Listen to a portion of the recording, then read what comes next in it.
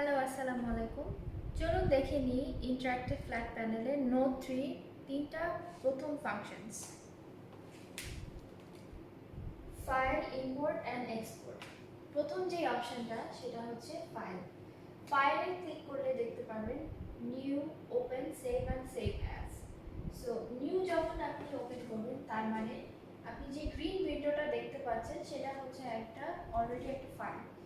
So এই ফাইলের যদি আপনি আরেকটা ফাইল খুলতে চান সেক্ষেত্রে এটাকে ফার্স্টে সেভ করে নিতে হবে। তখন আপনি লিখতে পারেন the current file is not save, do you want to save it. আপনি ইয়েস ক্লিক করলে সেভ হয়ে যাবে, নো অথবা ক্যান্সেল।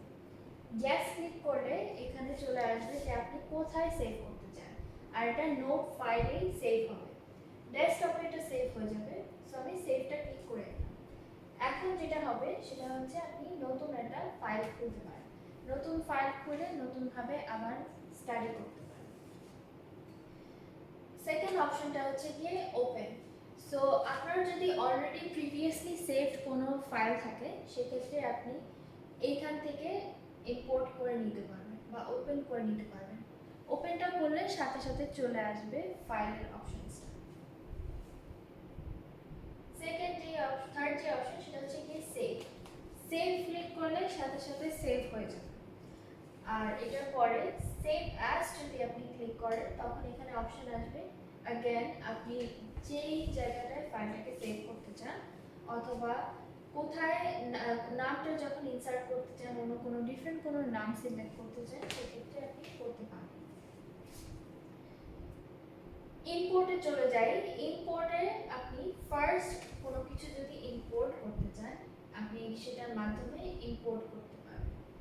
এখানে একটা মিউজিক ফাইল আছে, সো আমি মিউজিক ফাইলটা ইম্পোর্ট করে দেখাচ্ছি। এটা অলরেডি একটা মিউজিক ফাইল ওপেন করা। সো আপনি এখানে ডাইরেক্টলি ভিডিওটা অন করতে পারবেন, ভিডিওটা অন করে চালাতে পারবেন। প্লাস এখানে দেখতে পারবেন কিছু এডিটর অপশন আছে, ডিলিট করতে পারেন, ক্যামেরা অন করতে পারেন, অথবা আপনি চাইলে এখানে অন্য অপশনসও ইউজ করতে পারেন। ইম্পোর্টে আরেকটা যেটা অপশন সেটা হচ্ছে কি এডিট টেক্সট। সো এটাকে আমি ক্লোজ করে ফেলি, ক্লোজ করে আমি আপনাদেরকে এডিট টেক্সটটা দেখিয়ে দিচ্ছি। এডিট টেক্সটের মাধ্যমে আপনি আপনার যে কোনো টেক্সট লিখতে পারেন। সো টেক্সট লেখার ক্ষেত্রে আপনার যে অপশনসটা দেখতে হবে সেটা হচ্ছে কিবোর্ডটা অন করা আছে কিনা। কিবোর্ডটা অন করা থাকলে আপনি আপনার টেক্সটটা ইনপুট করতে পারবেন।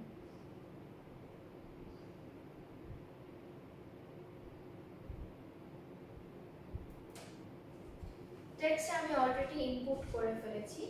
এটাকে আপনি চাইলে বড় করতে পারবেন, জাস্ট ড্র্যাগ করে এখানে অ্যারোটা ড্র্যাগ করলে বড় হবে অথবা ছোট হবে। প্লাস আপনি যদি লাইনের মাঝে যদি কোনো ধরনের স্পেস রাখতে না চান সেক্ষেত্রে আপনি এটা ক্লিক করতে পারেন। এটা আপনি যদি এই অ্যারোটা ক্লিক করেন তাহলে এটা কপি হয়ে যাবে। তিনটা ডটে ক্লিক করলে লক ক্লিক করতে পারেন, তখন আপনার এটা মুভ হবে না, এটা কেউ মুভ করতে পারবে না। আনলক করতে চাইলে আনলক করে ফেলতে পারেন। Add to resource library. So resource library আরেক ধরনের অপশন যেখানে আপনি অ্যাড করতে পারেন। রিসোর্স লাইব্রেরি আমি আরেকটা ভিডিওতে দেখিয়ে দিব। কপি করতে চাইলে এটা আবার কপি হয়ে যাবে। আরেকটা অপশন আছে শেয়ার, মিনিং এটাকে পুরো টোটালি ডিলিট করে দেয়। এই রাইটিং এর মাধ্যমে আপনি আরেকটা অপশন ইউজ করতে পারেন, সেখানে এখানে এরিয়াল, ফন্ট সাইজ এবং ফন্টের ডিজাইনটা অ্যাড করে নিতে পারেন আপনার অনুযায়ী। বোল্ড, আইটালিক, তারপরে underline, colour of the font, এগুলো সব কিছু আপনি চেঞ্জ করে নিতে পারেন। এই অপশনসগুলো এখানে দেওয়া আছে। কোনো ধরনের কোনো ক্লাস আপনি যখন নেবেন তখন যদি একটা হেডলাইন বা একটা কিছু আপনি সামনে লিখে রাখতে চান সেই ক্ষেত্রে আপনি এখানে কিছু অপশনস আছে, অপশনসগুলো দিয়ে লিখে নিতে পারেন। একটা ক্লাস স্টার্ট করার আগে আপনি এখানেই অপশনসগুলো লিখে নিতে পারেন।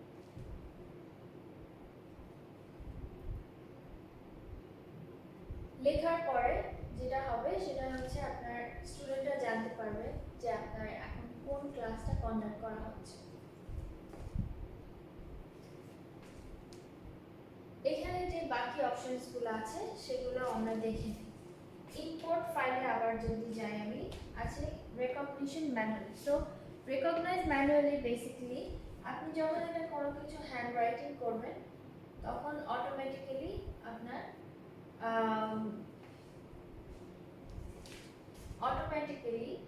বলে দিবে যে এটা কি লেখা। সো এভাবে লিখলে আপনার সাথে সাথে চলে আসবে। হ্যালো, নেক্সট যে অপশনটা সেটা ইম্পোর্ট ফাইলে গেলে ক্লিপবোর্ড। সো ক্লিপবোর্ড হচ্ছে অলরেডি আপনি দেখতে পাচ্ছেন যে আপনার যেটা আপনি আগে লিখেছিলেন সেটা চলে আসছে, মানে ওই অপশনটা অটোমেটিক্যালি চলে আসবে অ্যাজ এ ক্লিপবোর্ড।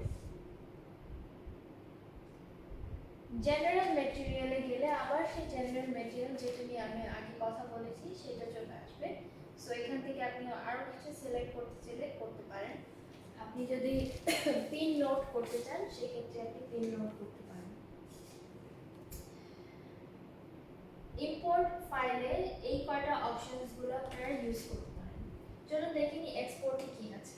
সো আমি এখন যা অ্যাক্টিভিটি করলাম আমার নোট ফাইলে, সেই নোট ফাইলের থেকে আপনি এটাকে যখন এক্সপোর্ট করতে চান, এক্সপোর্ট আপনার কিছু অপশনস আছে। আপনি এটা ইমেজের মতন ইমেজ হিসেবে এক্সপোর্ট করতে চাইলে করতে পারেন, ওয়ার্ড ফাইলে করতে পারেন, পিপিটি করতে পারেন, অথবা পিডিএফ করতে পারেন। যেভাবে আপনি চান সুবিধা মতন আপনার এক্সপোর্ট করে নিতে পারেন। তো আজকে আমরা দেখে নিলাম তিনটি options, file, import and export, কিভাবে ইউজ করা যায় নোট ফাইল।